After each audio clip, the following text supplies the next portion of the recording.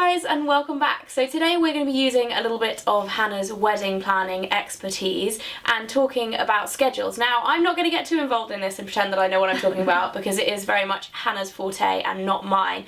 But a quick intro for you and a little bit more on the technical side of things, as Hannah's not very good on the technical side of things.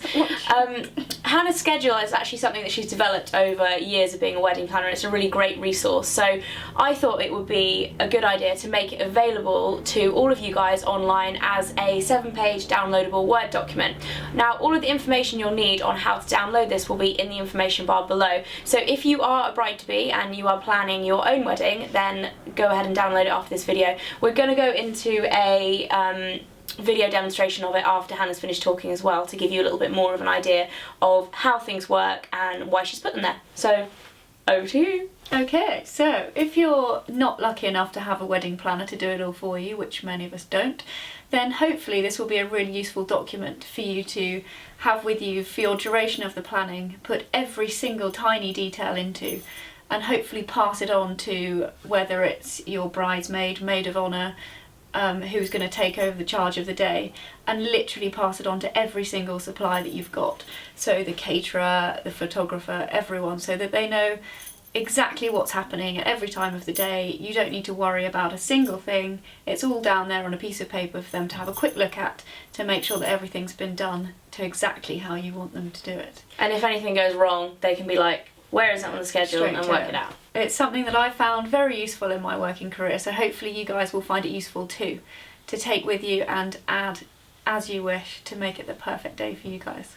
So into the video talk through. So this is the basic schedule that I use for weddings and parties. As you can see, it's very basic at the moment, but I've set it out as a downloadable version so that you guys can add as and when you like. Obviously the first page includes all of the contacts. You've got the bride, groom, mother of the bride, everyone that is involved in the wedding really. Put literally everyone on there, so if anyone needs to be called or contacted, especially not by yourself on your big day, if someone needs to get hold of someone, they've got all of the details there that they'll need. This is really important that everyone's included. There's a few details on here that you won't need, but hopefully it will jog your memory to add a few that you may forget about. So going down into the actual schedule, I've set it out so that you put a time, the detail of what you actually need to get done, and who's responsible in the final section. The pre-wedding section I've left fairly blank because obviously it's very specific to yourselves, the bride and groom, and where you're going to be. So you add in the details there. That could be dress fittings, it could be picking your bridesmaids up from train stations, or whatever you like in there. You then go through to the dates before the wedding. I've actually put this one out to 3 days before the wedding. I think this was actually a version that I used for my wedding, so it's got a few details in there already. It was a marquee wedding. Obviously if you're in a venue the details would be very different, but just add in as and when you like. Now we're on to 2 days before your wedding. I've put in a few details here that were relevant to this specific event, but you can either use these or obviously add in a lot more of your own detail. Examples include decorating the marquee, finalising your seating plan, which is really important, and double checking that you've got all of your guests on there. Any appointments that you've made for your hair, beauty, getting the groom to collect his suits, preparing the guest book, that's all things that would be going on a few days before the wedding. The day before the wedding is a bit more specific, when the florists may arrive, cards get set out, PA systems are installed, everything needs to be in here, and also the responsibilities for anyone who should be watching over them, meeting them at the venue, or checking that everything is set up to your specific requirements. That should all go into there.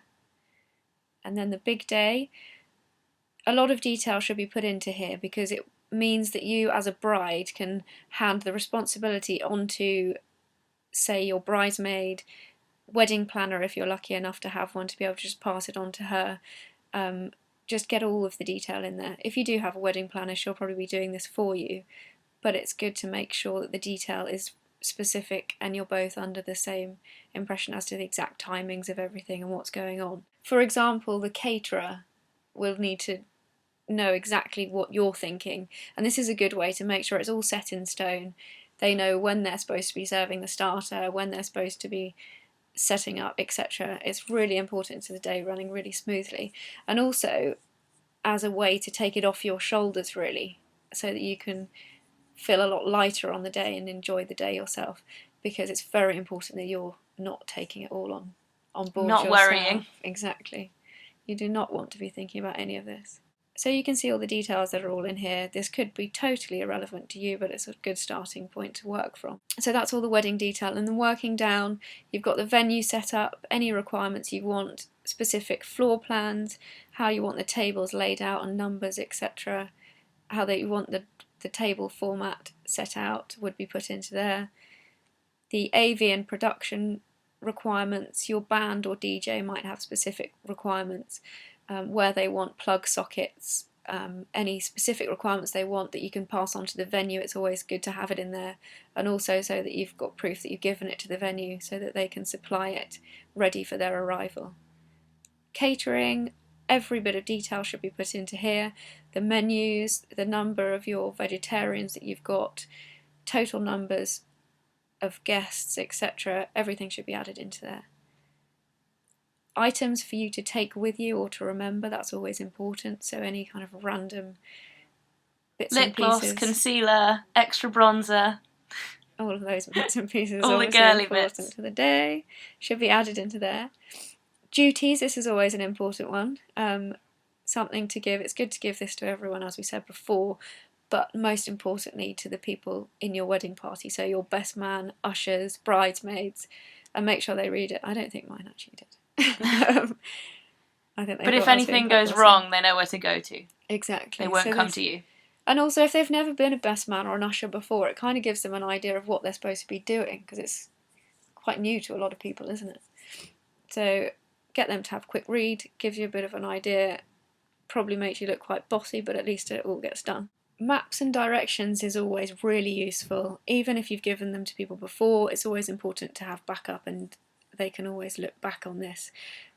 Caterers, DJs, etc. At least they've got it all in one place with the timings and all directions of how to get there, because the worst scenario would be for someone to get lost on the day. Hotel accommodation confirmation, that is something that I had in there for any bookings that you make for the bride and groom on the wedding night. I put that into there. Post-wedding, this is more for the clear-up really, so hopefully bride and groom will have been and gone. This is to remind anyone clearing up to pick up, for example, your table names, your place cards, anything that you want collecting, the guest book. It's always good to put all of that in there, just so that once you've gone, everything that you want to be done gets done.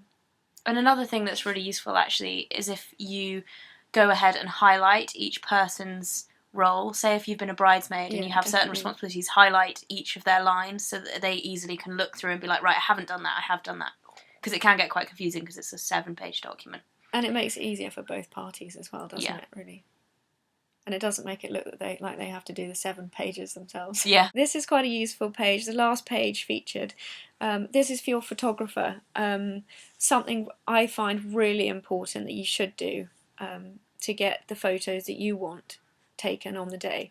This is a document that you can print off separately for your photographer when you're having a meeting as well, in the planning process, of exactly every shot that you'd like. Obviously you can delete as required.